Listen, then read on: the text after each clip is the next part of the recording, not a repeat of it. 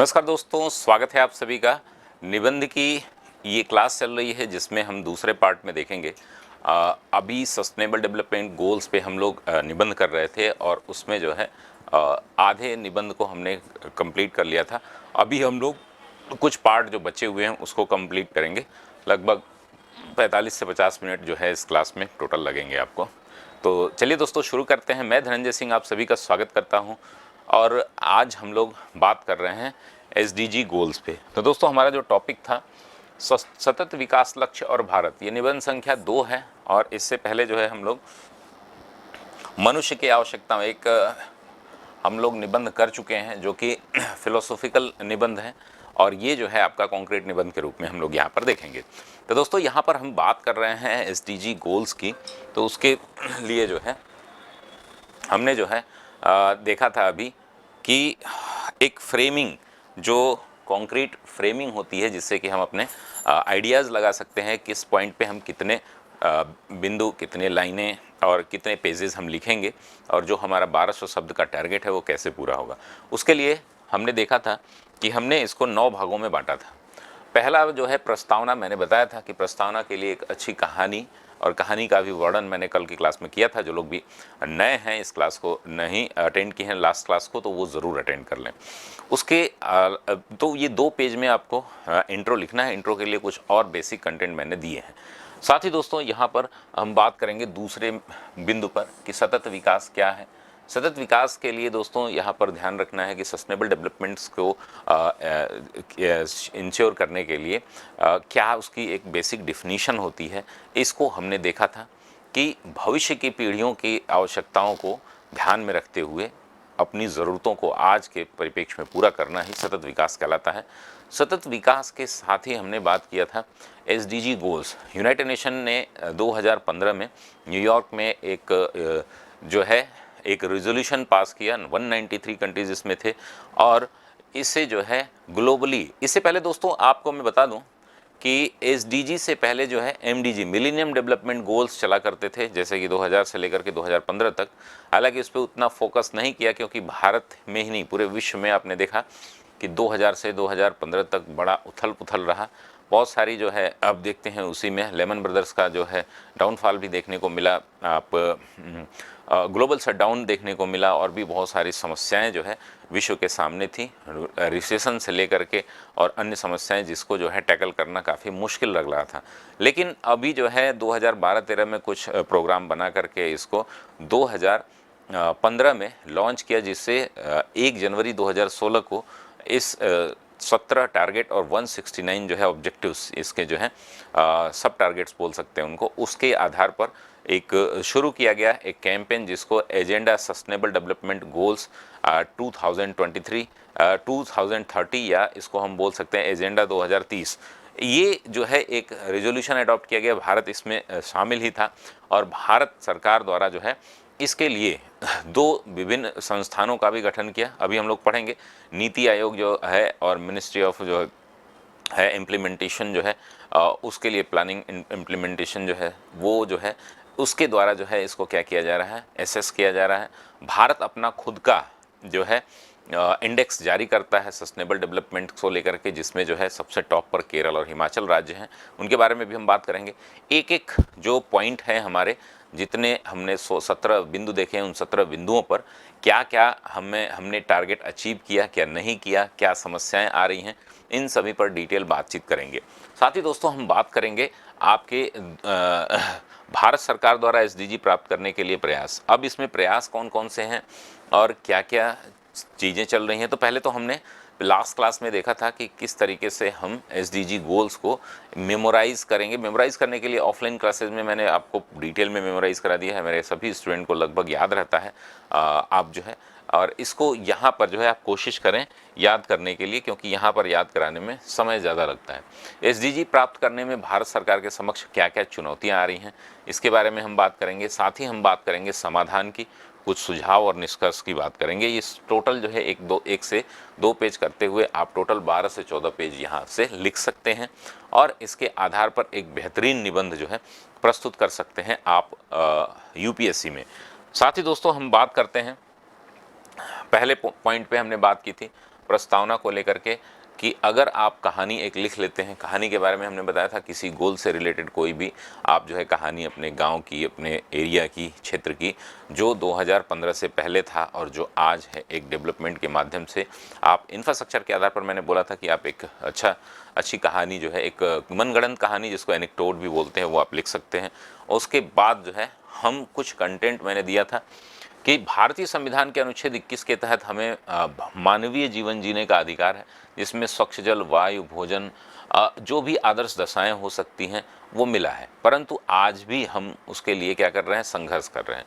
इन सभी संघर्षों को दूर करने के लिए यूनाइटेड नेशन ऑर्गेनाइजेशन यानी कि यूएनए द्वारा जो है कुछ महत्वपूर्ण लक्ष्य रखे गए हैं जो मनुष्य की मूलभूत आवश्यकताओं की पूर्ति करते हैं। इसमें दोस्तों वर्तमान समय में मनुष्य विकास को लेकर के बहुत आगे बढ़ गया। हम नित्य प्रतिदिन जो है एक कुछ नई टेक्नोलॉजीज़, कुछ नए जो है मुकाम हासिल कर रहे हैं। लेकिन क्या ये सभी जो, चाहे हम इंटरनेट ऑफ थिंग्स की बात करें, इंटरनेट ऑफ आर्टिफिशियल इंटेलिजेंस की बात करेंगे, क्वांटम कंप्यूटिंग है, रोबोटिक्स है, ड्रोन सिस्टम है, और जो भी है, जो भी हम आज 6G 5G से 6G में चल जा रहे हैं, और भी अन्य चीज़ें जो है हम कर रहे हैं। नित्य प्रतिदिन हम अंतरिक्ष में हो, चाहे चंद्रयान पर जा रहे हों, चाहे मंगलयान के द्वारा जो है हम मंगल ग्रह पर जा रहे हों, ये विकास की हम एक लंबी छलांग नित्य प्रतिदिन लगा रहे हैं। लेकिन ये क्या विकास जो है वो क्या है, सस्टेनेबल है? अगर नहीं है तो हमारी आने वाली पीढ़ियां हमें क्या समझेंगी? अगर है तो कैसे है, इस पर हमें बात करनी चाहिए। क्या यह विकास सतत है, संवहनीय है? और अगर यह विकास सतत नहीं है तो क्या किया जा सकता है इसके लिए हम बात करेंगे। उसके बाद हमने बात की थी सतत विकास का अर्थ ऐसे विकास से है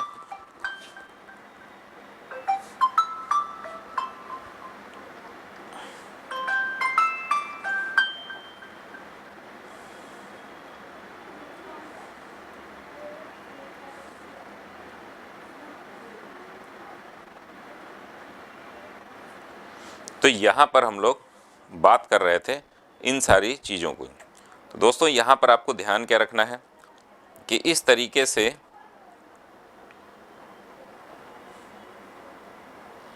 जो भी चीज़ें हो सकती हैं वो हमें देखनी है, साथ ही हमें बात करनी है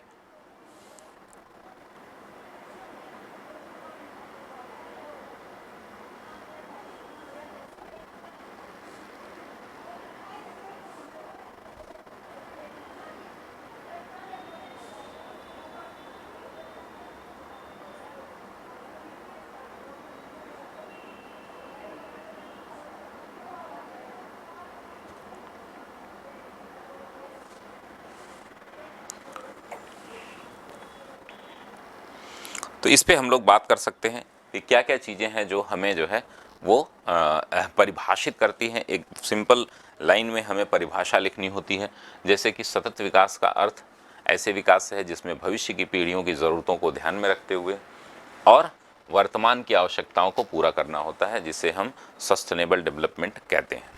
क्लियर है? अब इसमें जो है एग्जाम्पल भी आप दे सकते हैं, जैसे वाटर है। वाटर के द्वारा जो है हम जो है अभी हमारे लिए सबसे ज़्यादा ज़रूरी जो है क्या है, जल है, वायु है, भोजन है। और इन्हीं तीनों के लिए जो सोर्सेज हैं हमारे, जैसे वाटर की हम बात करें तो वाटर का हम अतिशय यूज़ करते हैं। जैसे ग्रीन रिवोल्यूशन में हमने यूज़ किया तो उससे हमारे जो है ग्राउंड वाटर जो है खास करके पंजाब, हरियाणा, राजस्थान और पश्चिमी उत्तर प्रदेश जो है इसमें जो है हमारे समस्याएं क्रिएट कर रहे हैं, जो आज दिखने को मिल रहा है, जिसमें वाटर जो है लेवल, जो हमारा ग्राउंड वाटर लेवल जो है बहुत नीचे चला गया है। वैसे ही हम अगर बात करें कि हम एक्सप्लॉयटेशन इतना ज़्यादा कर रहे हैं कि जो हमारे एक्वीफर हैं, जो नीचे हमारे ज़मीन में जो पानी का कुआं हो सकता है वो समाप्त हो चुका है। आप देखेंगे इसका उदाहरण सबसे बड़ा जो है वो कौन सा है, वो चेन्नई है। दोस्तों यहाँ पर आपको ध्यान क्या रखना है कि वाटर, एयर और सॉइल, तीन प्रकार से जो है हम अपने जीवन को समृद्ध कर सकते हैं। और अगर इन तीनों में से कोई एक नहीं रहे तो मनुष्य का जीवन यहाँ पर संभव नहीं है। तो आप देखते हैं जल के लिए हम जो भी आप रिसोर्सेज यूज़ कर रहे हैं, जो भी हम जो है संसाधनों के द्वारा उसको यूज़ कर रहे हैं, तो उसको क्या करें, फिर से जो है हम रिचार्ज करने की बात करें, वाइजली यूज़ करें। एयर जो है, एयर पोल्यूशन से बचें, इसके लिए हम प्लांटेशन करें, फॉरेस्टेशन बहुत ज़रूरी है, उसके लिए पेड़ पौधे प्लांटेशन करें। सॉइल डिग्रेडेशन से हम बचाएं।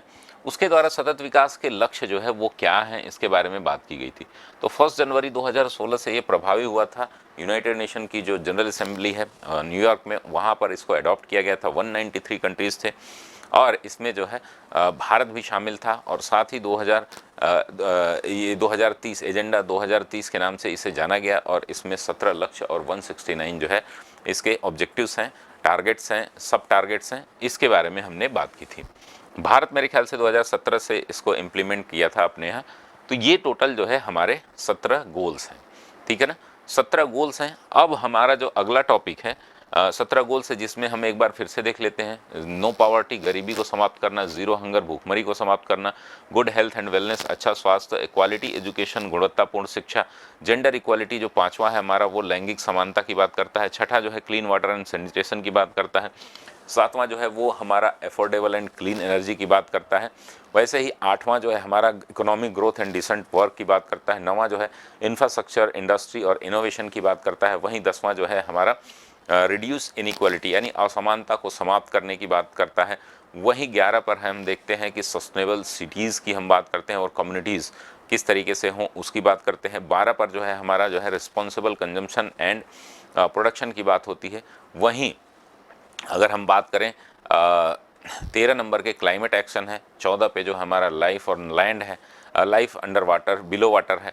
और 15 पर जो है लाइफ ऑन लैंड है। 16 और 17 जो है यूनिक हैं। जो 16-17 जो है इंटरनेशनल पीस जस्टिस की बात करता है और 17 जो है पार्टनरशिप फॉर ऑल करता है।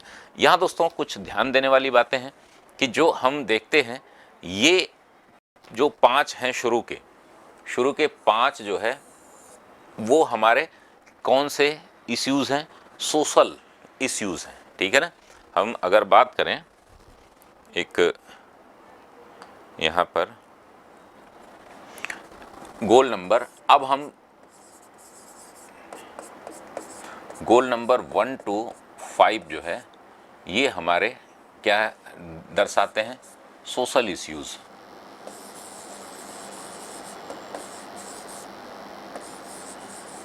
सोशल इकोनॉमिक इश्यूज़ भी कह सकते हैं, ठीक है ना, सामाजिक मुद्दे हैं ये।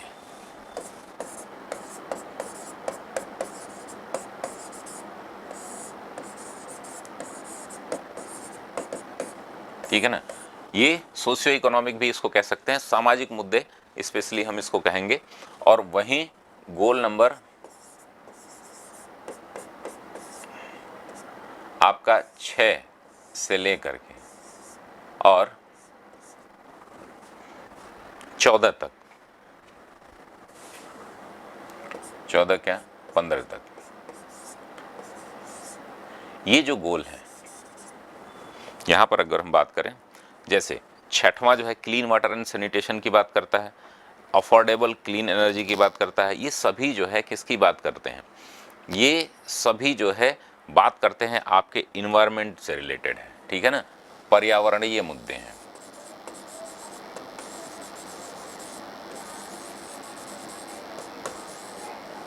इन्वायरमेंटल इश्यूज हैं, ठीक है ना, पर्यावरणीय मुद्दे।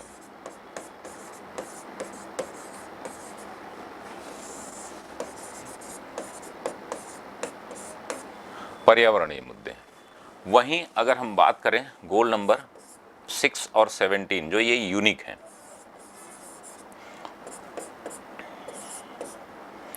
16 एंड 17। गोल नंबर 16 क्या कहता है, ये कहता है दोस्तों इंटरनेशनल पीस, ठीक है ना।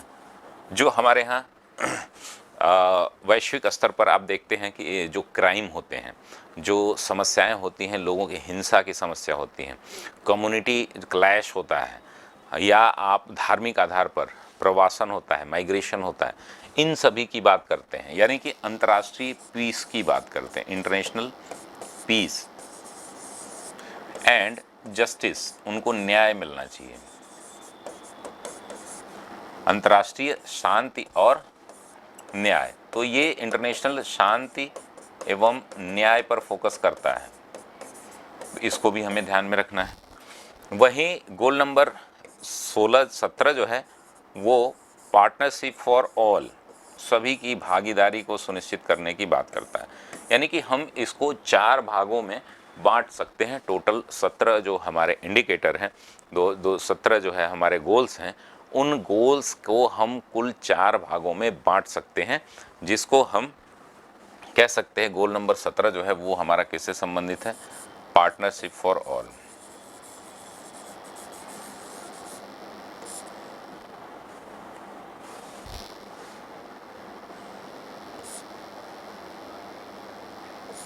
पार्टनरशिप फॉर ऑल यानी कि हम संपूर्ण विश्व के भागीदारी की बात करते हैं, सभी की भागीदारी।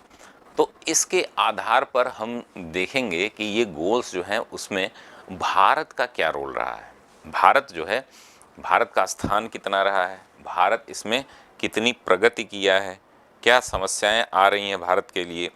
तो देखिए यूनाइटेड नेशन की ना सस्टेनेबल डेवलपमेंट रिपोर्ट आती है, जिसको हम यहाँ पर अब बात करेंगे। हमने कौन कौन से टॉपिक कवर कर लिए इसको हम देख लेते हैं। हमने कवर कर लिया प्रस्तावना, सतत विकास क्या है, सतत विकास लक्ष्य क्या है, सतत विकास लक्ष्यों में भारत की स्थिति, ठीक है ना।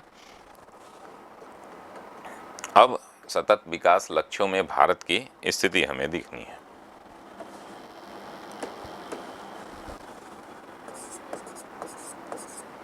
सतत विकास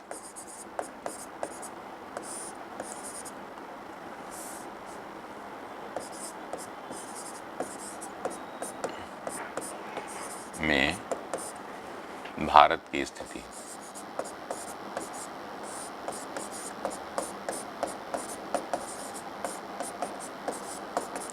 इसकी सिचुएशन क्या है अभी की अगर हम बात करें तो भारत जो है, एक रिपोर्ट आती है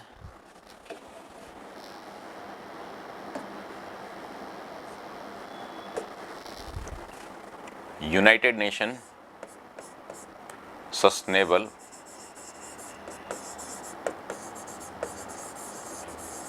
डेवलपमेंट रिपोर्ट 2024। इसमें भारत का स्थान जो है 109 है, जिसमें आप देखेंगे कुल 166 देश शामिल हैं, इसमें भारत का स्थान जो है 109 है।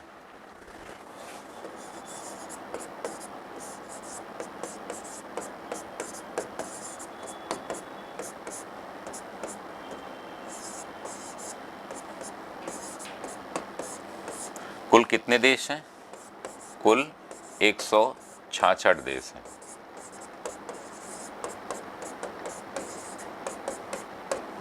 वहीं 2021 की बात करें, 2022 में 121 था, जो कि अच्छा एक ग्रोथ दिखाता है, जबकि 2022 की रिपोर्ट में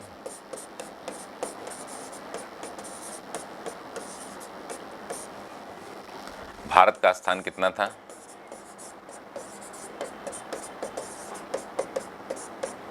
ये 121वां था, यानी कि एक अच्छा ग्रोथ देखा जा रहा है, ठीक है ना।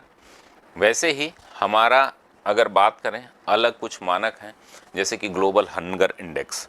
ग्लोबल हंगर इंडेक्स में भी भारत का 106वां स्थान है, ये भी कोई अच्छी स्थिति नहीं है। यानी कि हम देखते हैं कि 2021 से लेकर के 2022 से लेकर के 2024 तक भारत के स्थान में वृद्धि हुई है, अच्छा इम्प्रूवमेंट हुआ है, इस तरीके से हम इसको दिखा सकते हैं। वहीं ग्लोबल हंगर इंडेक्स की अगर हम बात करें, ग्लोबल हंगर इंडेक्स की अगर हम बात करें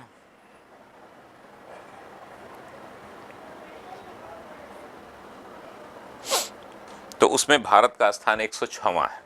अब उसमें कुल कितने देश हैं इसके बारे में थोड़ा सा हम देख लेते हैं कि कुल कितने 2023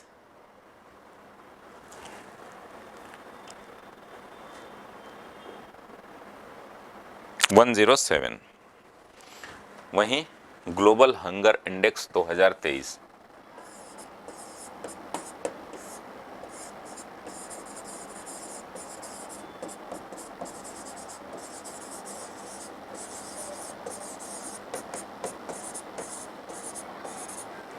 1 में भारत का स्थान जो है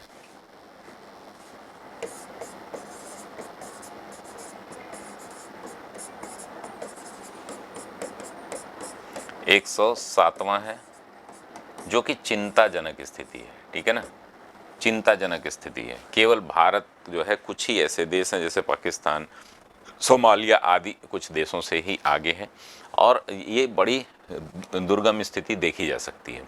अगर हम बात करें भारत के लिए जो मॉनिटरिंग सिस्टम बनाया गया है भारत में, एसडीजी गोल को मापने के लिए क्या कौन कौन सी संस्थाएं हैं।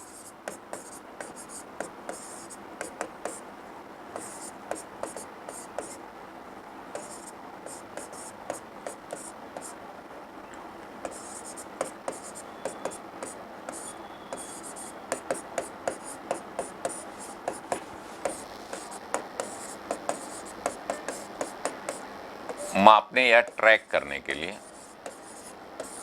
तो पहला तो हमारा नीति आयोग है। नीति आयोग क्या करता है, रैंकिंग जारी करता है।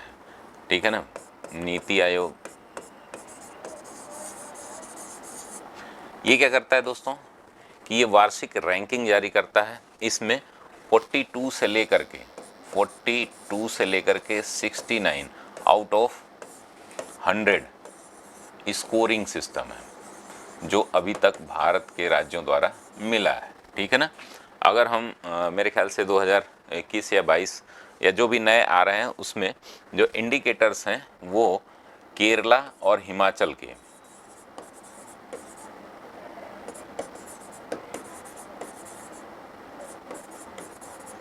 ये 69 के आसपास हैं, 68 69 हैं।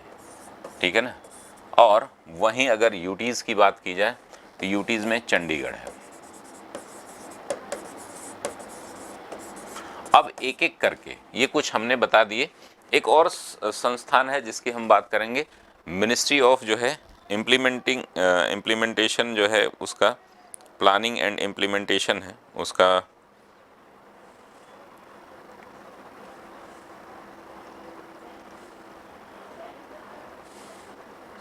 मैं आपको एक संस्था और है जो भारत में इसका कार्य करती है,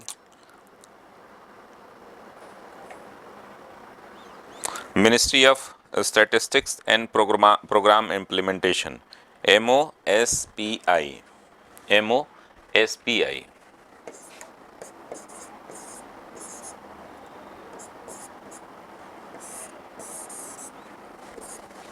ministry of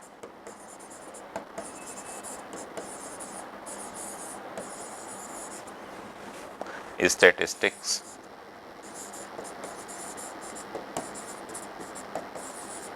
and programme implementation.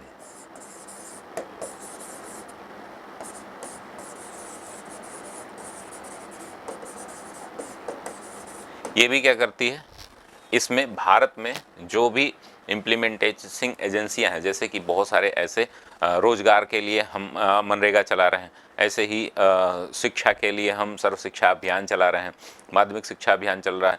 इस तरीके की हमारी योजनाएं हैं जो विभिन्न टारगेट को क्या कर रही हैं, अचीव करने का प्रयास कर रही हैं। और इसके समक्ष जो है चुनौतियां, तो हम क्या करेंगे,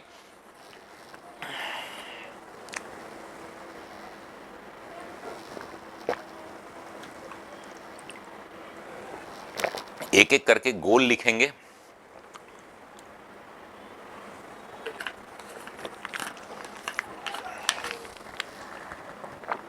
ये ministry of statistical programme implementation जो है ये क्या है, इसने जो है ना 306 सब टारगेट डेवलप किए हैं, 169 जो हमारे टारगेट है उसी के बेसिस पे। ठीक है ना, और उसके आधार पर ये मॉनिटरिंग करता है। नीति आयोग जो है हर साल India state sustainable development report जो है जारी करता है स्टेट्स के बारे में, जिसमें हम इंडिकेटर्स के आधार पर डिसाइड करते हैं कि कौन सा राज्य जो है कितना है। तो इतना हमारे लिए बहुत है, इतने आंकड़े बहुत हैं।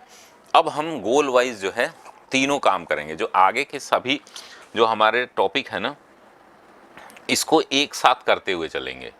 अभी मैं आपको अलग अलग यहाँ पर मुद्दे दिया हूँ, ठीक है ना, कि एक तो हमारे भारत की स्थिति हमने देख ली कि भारत की स्थिति बहुत अच्छी नहीं है, हालांकि इम्प्रूवमेंट है। 2022 में हमने देखा था कि 121वां स्थान था, 2024 में अभी 106वें स्थान पर, हम 109वें स्थान पर आ गए हैं।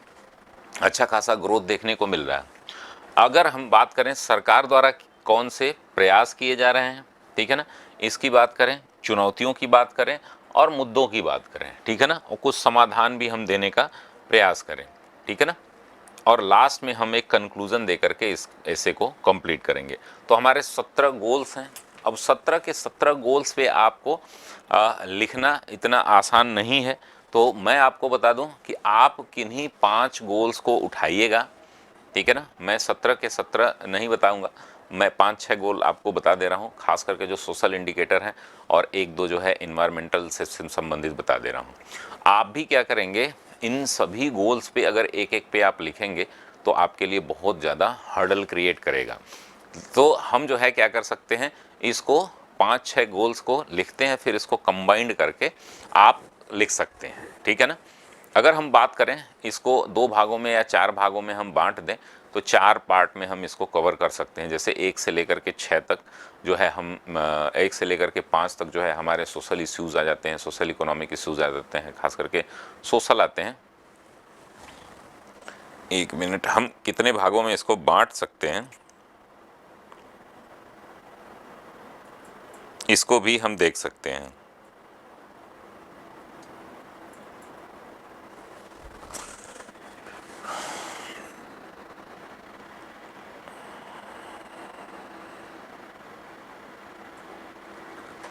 इसको हम 3 भागों में बांट सकते हैं, समझ रहे हैं। यहाँ पर जो हमने बांटा था इसको बहुत लंबा हमने कर दिया था, ये जो है इसको हम फिर से कर लेते हैं। ये दोनों तो ठीक ही हैं। हम जो है अगर गोल नंबर 6 की बात करें, ठीक है ना, पहला तो सामाजिक मुद्दा हो गया और जो कि 1 से लेकर के 5 तक है। अब गोल नंबर अगर हम इसकी बात करें 6 से 11 की, तो इसको हम इकोनॉमिक इश्यूज़ में कर सकते हैं, ठीक है ना, इकोनॉमिक इश्यूज़ में।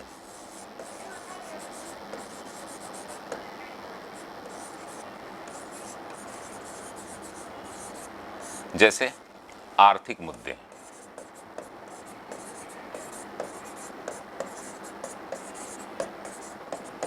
जैसे हम बात करेंगे 6 पे हमारा क्या है, तो अब ये जो क्लीन वाटर एंड सैनिटेशन है, ठीक है ना, इसको इन्वायरमेंट में भी कॉन्साइड कर सकते हैं, इसमें भी। लेकिन 7 पे जो अफोर्डेबल एनर्जी है, 8 पे इकोनॉमी की बात हो रही है, इनइक्वालिटी की बात हो रही है, 10 पे और 11 पे है सस्टेनेबल सिटीज़ की बात हो रही है।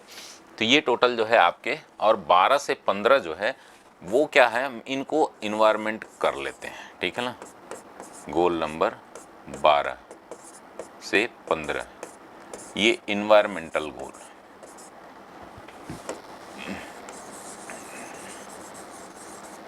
ठीक है ना। तो ये ज़्यादा आसान हो जाएगा आपके लिए।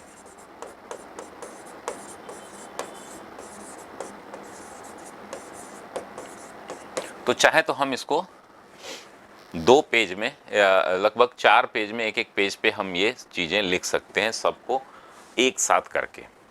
तो वैसे भी आप लिख सकते हैं, चाहे हम एक एक की बात कर लेते हैं, हम 5-6 की बात कर लेते हैं, जिससे कि हमारा काम आसान हो जाएगा। चलिए, तो हम यहाँ पर बात करेंगे गोल नंबर 1 की।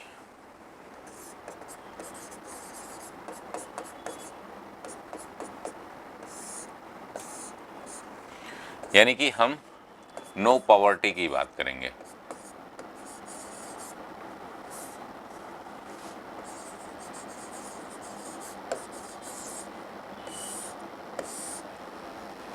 गरीबी को समाप्त करना।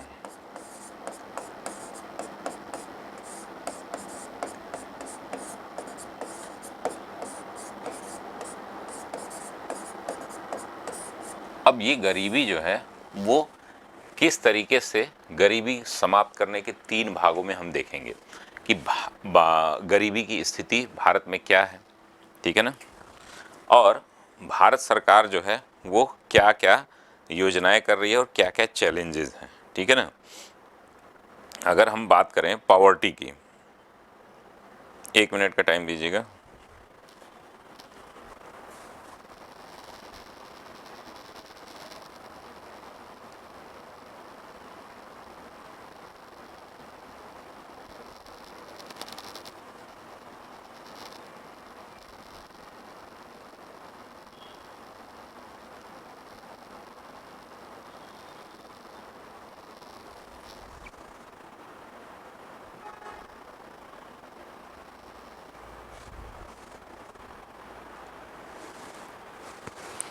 अगर हम बात करें नीति आयोग की, नीति आयोग की एक रिपोर्ट आई है 2024 में,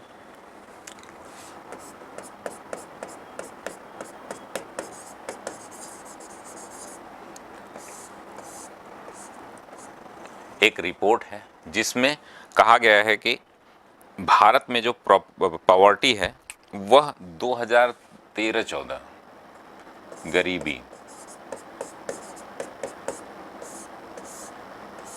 2013-14 में 29.17% थी, 29.17%। मैं ज़्यादा नहीं, 4-5 मुद्दों को दिखा दूंगा जिससे कि आप क्या करोगे, जो भी आपको इश्यूज अच्छे लगें, शुरू के 5 में दिखा दे रहा हूँ, बाकी आप अपने जो है हिसाब से कर लीजिएगा। इतनी प्रतिशत थी जो कि घट करके 2021-22 में कितनी हो गई है, 2022-23 में ये 11.28% हो गई है। 2022-23 में 11.28% हो गई है। और यहाँ कहा भी गया है, बार बार आपने सुना होगा कि 25 करोड़ लोगों को गरीबी रेखा से बाहर किया गया है, ठीक है ना। केवल 1% लोग ही हैं जो भारत में मल्टी डायमेंशनल पॉवर्टी के अंतर्गत आते हैं, ठीक है ना। तो ये जो है याद रखिएगा, लगभग 3.44 करोड़, ठीक है ना, 3.44 करोड़ लोग जो हैं मल्टी डायमेंशनल पॉवर्टी के अंतर्गत आते हैं, ठीक है ना। ये कुछ आंकड़े हैं जो दिखाते हैं कि भारत में अभी भी गरीबी काफ़ी है, यानी कि सुधार तो हुआ है, भारत सरकार ने अच्छा प्रयास किया है, सुधार तो हुआ है, लेकिन इसमें समस्याएं भी हैं। समस्याएं जो है वो क्या है, अगर हम बात करें इम्प्लीमेंटेशन की, गोल नंबर 1 की, तो गोल नंबर 1 पे हमने दोस्तों भारत सरकार ने किस तरीके से काम किए हैं, ठीक है ना। अगर SDG 1 में भारत की रैंकिंग देखी जाए तो वो जो है अगर आउट ऑफ 100 जो है भारत की रैंकिंग नहीं, इसको हम बोलेंगे नंबर्स, इसको कितने अंक मिलते हैं, ठीक है ना, तो 54 है आउट ऑफ 100, किसमें, गोल नंबर 1 में,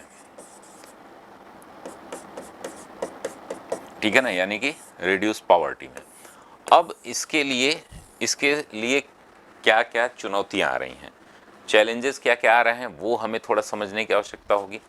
चैलेंजेस पहली आ रही है कि बेरोजगारी की समस्या है, भारत में बेरोजगारी है, इस वजह से गरीबी है, खाद्यान्न समस्या है, उसकी समस्या है, और लोगों तक उसकी पहुंच की समस्या है। तो पहली जो चुनौतियां हैं, हमने एक यहाँ पर मुद्दा लिख दिया आंकड़ों के साथ, ठीक है ना, कि भाई ये कंडीशन है भारत में, ठीक है, पॉवर्टी की। दूसरा ये है कि हम यहाँ पर बात करेंगे कि कितने जो है समस्याएं क्या क्या हैं, यानी कि चुनौतियां क्या क्या हैं,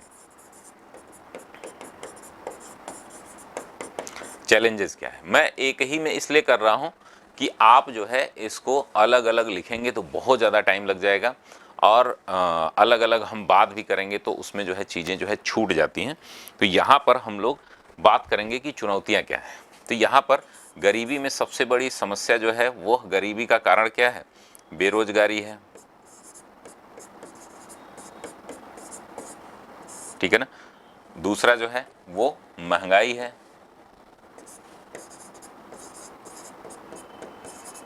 ठीक है ना। तीसरा जो है वह खाद्यान्न समस्या है,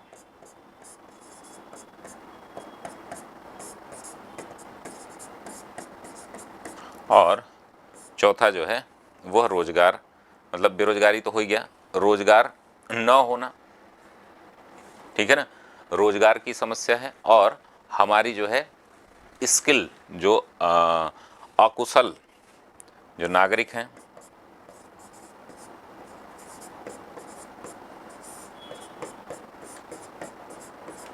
ये समस्या है।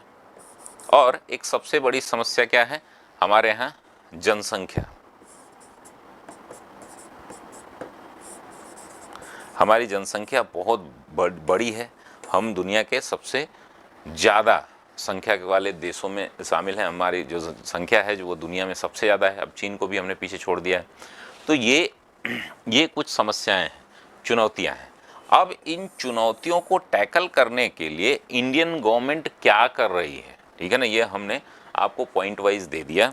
तो इंडियन गवर्नमेंट आप देखेंगे गरीबी हटाने के लिए क्या क्या कार्यक्रम चला रही है। उन कार्यक्रमों को आप, जैसे कि रोजगार देना, हम बात करेंगे कि नेशनल सोशल असिस्टेंस प्रोग्राम है,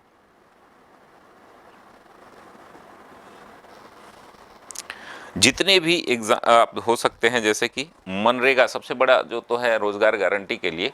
हम यहाँ पर गवर्नमेंट की 4-5 स्कीम या दो एटलीस्ट 2 स्कीम्स जो है आप यहाँ पर लिखने का प्रयास करेंगे। जैसे पहला है सरकार द्वारा किए जा रहे प्रयास,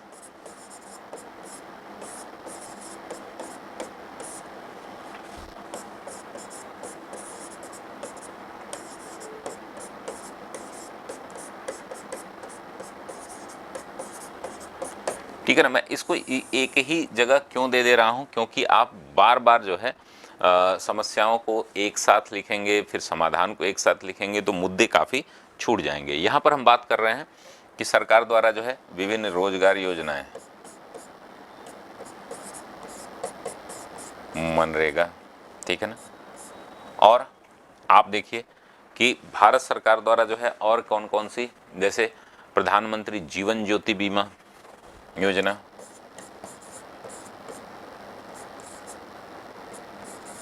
बीमा योजना। अब जो है जितने भी सोशल वेलफेयर के प्रोग्राम चलाए जा रहे हैं, चाहे वह उनके नाम कुछ हैं वो आप लिख सकते हैं। जैसे कि हम चला रहे हैं प्रधानमंत्री जीवन सुरक्षा बीमा योजना, Ayushman Bharat mission, Antyodaya, national food security mission, ये सभी जो है मिशन अंत्योदय।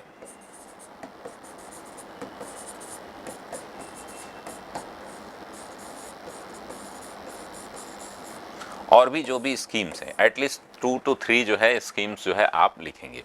यही सेम जो है हंगर में हम देखेंगे। दूसरा जो है हमारा गोल है वो क्या है,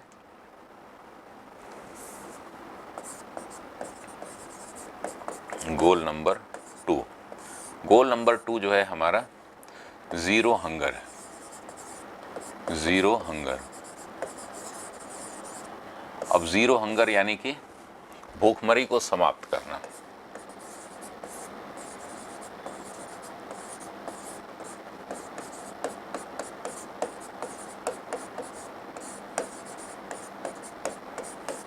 भूखमरी को समाप्त करना। अब ये भूखमरी के लिए भारत में कुछ आंकड़े हैं, उन आंकड़ों को थोड़ा सा हम देख लेते हैं। इसमें भारत की रैंकिंग कितनी है, इसमें ग्लोबल हंगर के जो हमारा, जैसे कि हमने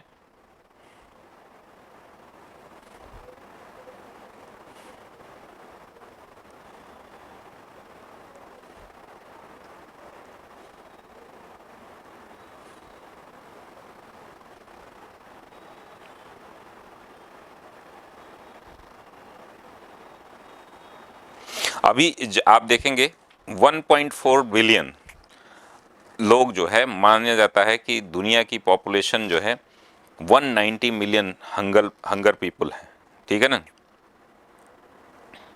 अगर हम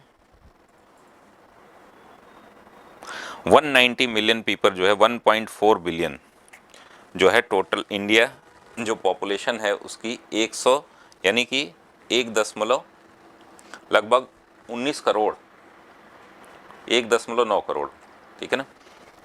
अब इसको आप निकाल लीजिएगा, 190 मिलियन पीपल जो है भारत में भूखे हैं। ये कुछ आंकड़ा आप हंगर,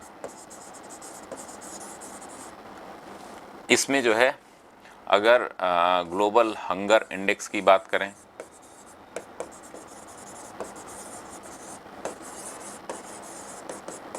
दो 2023 में भारत का स्थान कितना है? भारत जो है 107वें स्थान पर है। ठीक है, अब इसके लिए आप और भी आंकड़े देख सकते हैं, लेकिन अब ज़्यादा से ज़्यादा जो है कोशिश करें आपकी चीज़ों को समस्या और समाधान बताने की। तो यहाँ पर इसके लिए चुनौतियाँ क्या क्या हैं? मुद्दा हो गया, चुनौतियाँ हो गई, और यहाँ पर हम सरकार द्वारा प्रयास।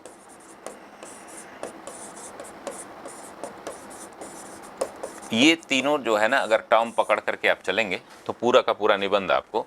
अब ये क्यों हमारे यहाँ हंगर की समस्या क्या है? सबसे बड़ी समस्या क्या है कि हमारे पास जो भी हंगर आप देखते हैं, अकाउंटेड, नॉन अकाउंटेड, सबसे बड़ी समस्या जो है वो आती है आपकी कि गरीबी,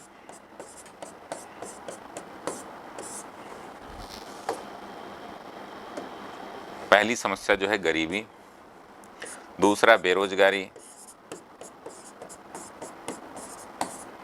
तीसरा खाद्यान्न की समस्या, चौथा जो है महंगाई। जो मुद्दे वहाँ हैं वही सेम मुद्दे लगभग यहाँ पर रहेंगे, लेकिन आपको क्या करना है, एक साथ इनको नहीं करना है। इसके लिए सरकार जो है बहुत सारी स्कीम चला रही है, ठीक है ना। प्रधानमंत्री गरीब कल्याण अन्न योजना, सभी को 5 kilo ration, 5 kg free ration दिया जा रहा है, ठीक है ना। अब उसमें समस्या आती है कि बहुत सारे ऐसे वर्ग हैं जिनमें जो है अकाउंट, हमारे पास जो है उनका आंकड़ा नहीं है, उनके पास आधार कार्ड और जो ज़रूरी दस्तावेज हैं वो नहीं है। अगर हम बात करें गोल नंबर 2 में, तो भारत का स्थान जो है वो स्कोर जो है SDG index score, SDG index score वो 48 है, 48 है आउट ऑफ 100। क्लियर है? तो ये कुछ चीज़ें हैं जो आप क्या कर सकते हैं। अब इसके लिए भारत सरकार जो है ICDS, चाइल्ड डेवलपमेंट प्रोग्राम जो है ICDS चला रही है। इसके लिए अंत्योदय योजना चल रही है, मिड डे मील है, प्रधानमंत्री वंदन योजना है, ठीक है ना, अंत्योदय अन्न योजना है, नेशनल मिशन अन्न पोषण मिशन है।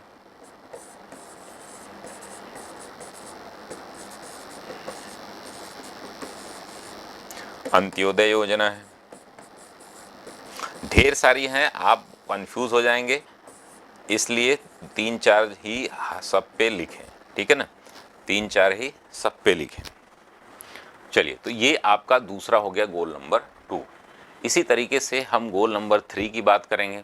गोल नंबर 3 पे अगर हम बात करें, क्या है हमारा गोल नंबर 3?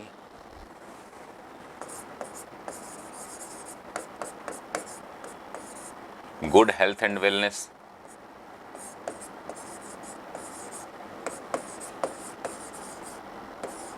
इसी के हम अच्छा स्वास्थ्य,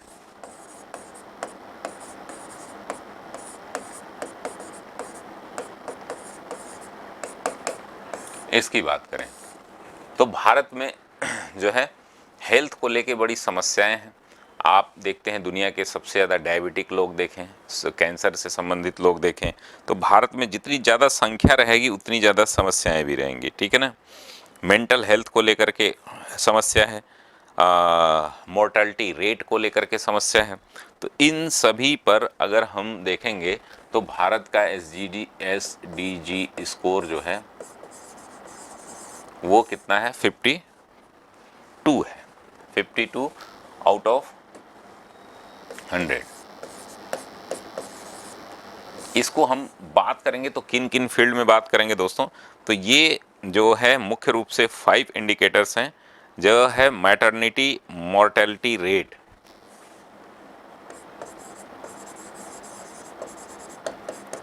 मैटरनिटी मोर्टेलिटी रेट, जो करंट का होगा वो आप यहाँ पर लिख दीजिएगा। दूसरा जो है हेल्थ हमारा है अंडर 5 मोर्टेलिटी रेट, यानी कि इन्फेंट मोर्टेलिटी रेट।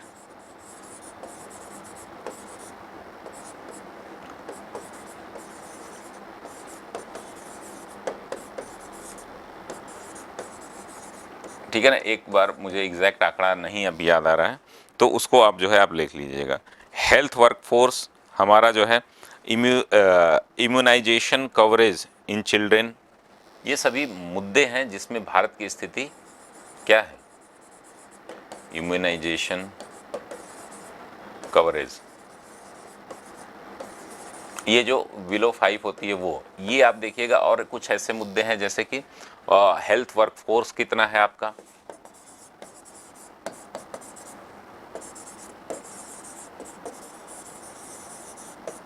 तो हमने देखा था कि कोरोना में हमारे हेल्थ सर्विसेज की बड़ी बुरी स्थिति थी, फिर भी हमने जो है बहुत सारा प्रयास किया था और भारत जो है एक ऐसे देश के रूप में उभर कर आया जो क्या किया, भारत सरकार जो है पूरे विश्व में अपना लोहा और डंका मनवाने में आगे रही। इसमें हम चैलेंजेस यानी कि चुनौतियां क्या क्या हैं,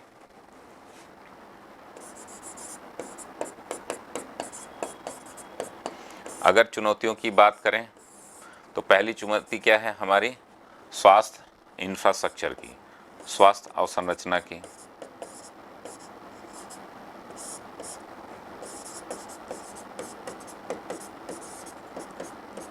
जिसमें हेल्थ फैसिलिटीज़ जो है, हॉस्पिटल्स नहीं हैं, मेडिकल जो है हमारी सेवाएं जो है उतनी अच्छी नहीं हैं, डॉक्टर और पेशेंट रेशियो हमारा सही नहीं है, डॉक्टर और पेशेंट और नर्स रेशियो हमारा सही नहीं है, वो अवसंरचना पर हम बात कर सकते हैं। दूसरा है कि हमारे यहाँ डॉक्टर्स की कमी है,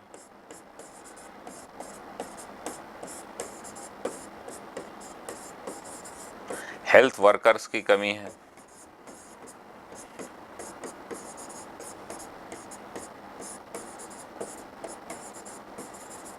और जो हेल्थ है, हेल्थ फैसिलिटी है, वह महंगी चिकित्सा है।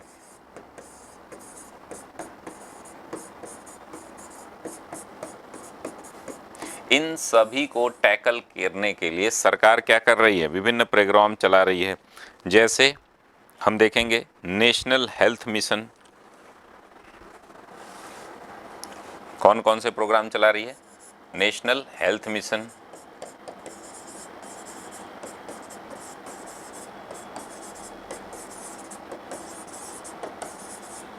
आयुष्मान भारत,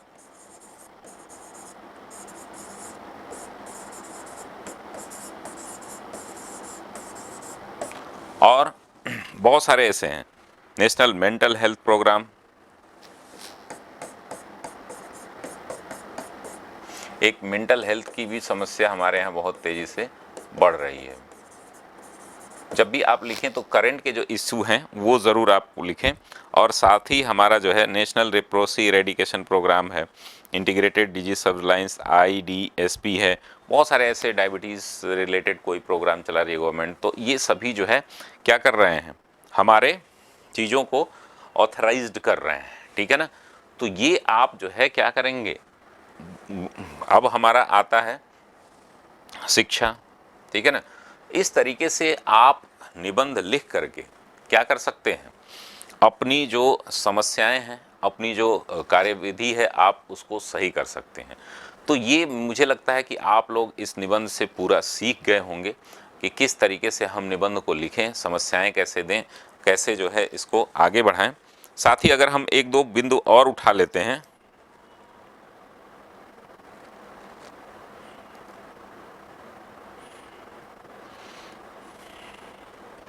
एक दो बिंदु और उठा लेते हैं, जैसे कि ऑफलाइन में हमने सारे बिंदुओं पर करा दिया है, ऑफलाइन क्लास में मैंने सारे पे जो है करा दिया है, और बहुत सारे और भी आंकड़े हैं जो आपको बता दिए गए हैं, ठीक है ना।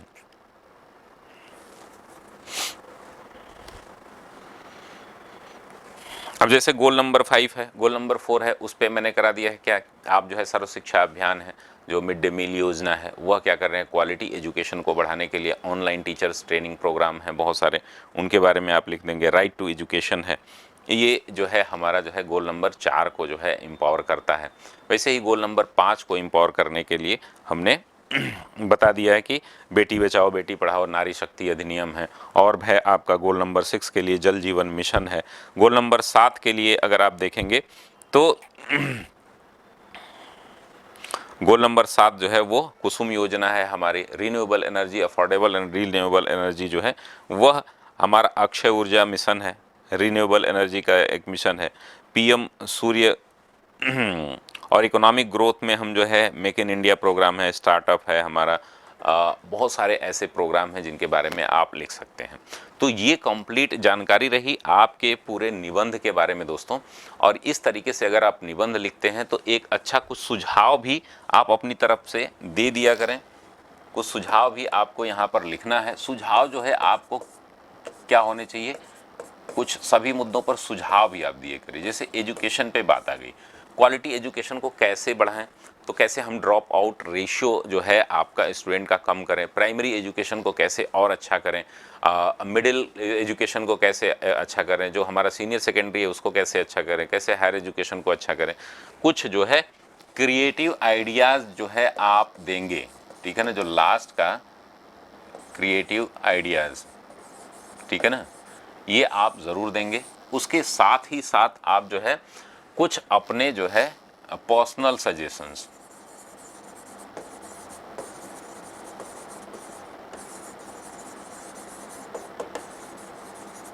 वो देंगे और कंक्लूड अच्छे से करेंगे। ऑफलाइन क्लासेज में मैंने कंक्लूजन जो है वो बहुत अच्छा लिखाया है और आप जो है इसको बहुत अच्छे से कर सकते हैं। तो ये रही कंप्लीट जानकारी दोस्तों आपके क्लास की, इस सस्टेनेबल डेवलपमेंट गोल्स की, जिसमें हमने क्या क्या देखा कि हमने जो है इन सभी मुद्दों पर बात की थी। ये सभी मुद्दे जो है वो कौन कौन से हैं उनको एक बार हम फिर से रिकॉल कर लेते हैं। पहला हमने देखा कि प्रस्तावना, एक अच्छी प्रस्तावना कैसे लिखी, सतत विकास क्या है इसके बारे में हमने बात की, सतत विकास लक्ष्य क्या है, उनकी टोटल जो है स्थिति क्या है उसके बारे में बात की, सतत विकास लक्ष्य में भारत की स्थिति, भारत सरकार द्वारा किए जा रहे प्रयास, सभी भागों में बताना उतना संभव नहीं है और ना ही आप लिख पाएंगे, तो 4 से 5 जो है कोशिश करिए इसको लिखने की। साथ ही सरकार द्वारा प्रयास और उसमें सुझाव भी, इसको अगर लिखना हो तो दोस्तों इस तरीके से भी आप लिख सकते हैं। गोल नंबर 1 से 5 जो है हमारा सोशल इशूज़ है, गोल नंबर 6 से 11 जो है इकोनॉमिक इशूज़ हैं, गोल नंबर 12 से 15 जो है इन्वायरमेंटल इशूज़ हैं। वैसे ही गोल नंबर 16 और 17 जो है ये अपने आप में ही बड़े इशूज़ हैं। इनको भी बांट करके इन 5 क्षेत्रों में भी आप कंबाइंड रूप से 5 पेज का एक जो है कंटेंट तैयार कर सकते हैं। ये रही कंप्लीट जानकारी। आप सभी को मुझे लगता है कि क्लास पसंद आई होगी। मिलते हैं हम लोग अगली क्लास में, तब तक के लिए धन्यवाद। अगली क्लास में हम लोग 2 निबंध और करेंगे, जैसे कि अच्छे साध्य की प्राप्ति के लिए साधन भी अच्छा होना चाहिए। ये गांधी जी का कोटेशन है, इस पर हम लोग ऐसे लिखेंगे। और साथ ही हम लोग जलवायु परिवर्तन और भारत, उस पर लिखेंगे। जलवायु परिवर्तन और कृषि पर भी हम निबंध लिखेंगे। और ये रही कंप्लीट जानकारी। मिलते हैं हम लोग। मैं धनंजय सिंह आप सभी से विदा लेता हूँ। बहुत बहुत धन्यवाद आप सभी का।